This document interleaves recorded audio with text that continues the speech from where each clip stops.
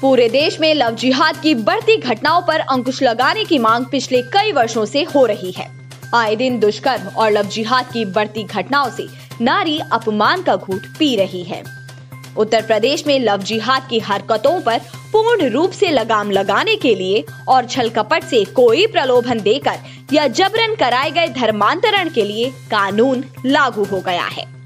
राज्यपाल आनंदीबेन पटेल की मंजूरी मिलने के साथ ही प्रदेश में उत्तर प्रदेश विधि विरुद्ध धर्म संपरिवर्तन प्रतिषेध अध्यादेश 2020 लागू हो गया है। इसके तहत धर्म बदलने के लिए कम से कम 60 दिन यानी 2 महीने पहले जिला अधिकारी या संबंधित अपर जिला मजिस्ट्रेट के समक्ष प्रारूप में आवेदन करना अनिवार्य होगा।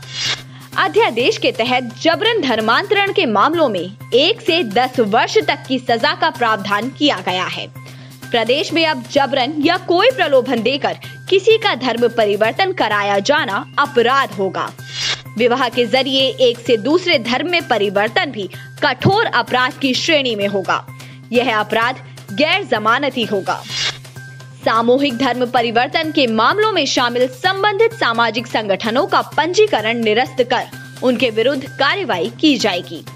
अध्यादेश के उल्लंघन की दोषी किसी संस्था या संगठन के विरुद्ध भी सजा का प्रावधान होगा। जबरन धर्म परिवर्तन के मामलों में साक्ष्य देने का भार भी आरोपित पर होगा, यानी कपटपूर्वक जबरदस्ती या विवाह के लिए किसी का धर्म परिवर्तन किए जाने के मामलों में आरोपित को ही साबित करना होगा कि ऐसा नहीं हुआ। यह अपराध संज्ञेय अपराध की श्रेणी में होगा और गैर जमानती होगा। अभियोग का विचारण प्रथम श्रेणी मजिस्ट्रेट की कोर्ट में होगा।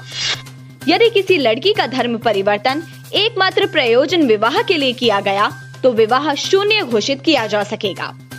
पीड़िता या पीड़ित के अलावा उसके माता पिता, भाई बहन या रक्त संबंधी भी मामले में रिपोर्ट दर्ज करा सकेंगे।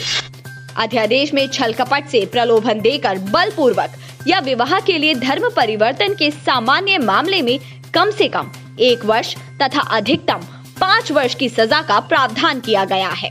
इसके अलावा कम से कम 15,000 रुपए तक जुर्माना होगा। नाबालिग लड़की, अनुसूचित जाति व अनुसूचित जनजाति की महिला का जबरन धर्म परिवर्तन कराए जाने के मामले में कम से कम 2 वर्ष तथा अधिकतम 10 वर्ष तक का कारावास तथा कम से कम 25,000 रुपए जुर्माना होगा। सामूहिक धर्म परिवर्तन के मामलों में कम से कम 3 वर्ष तथा अधिकतम 10 वर्ष तक की सजा और कम से कम 50,000 रुपए जुर्माना होगा। अध्यादेश को 6 महीनों के भीतर विधानमंडल के दोनों सदनों में मंजूरी दिलानी होगी।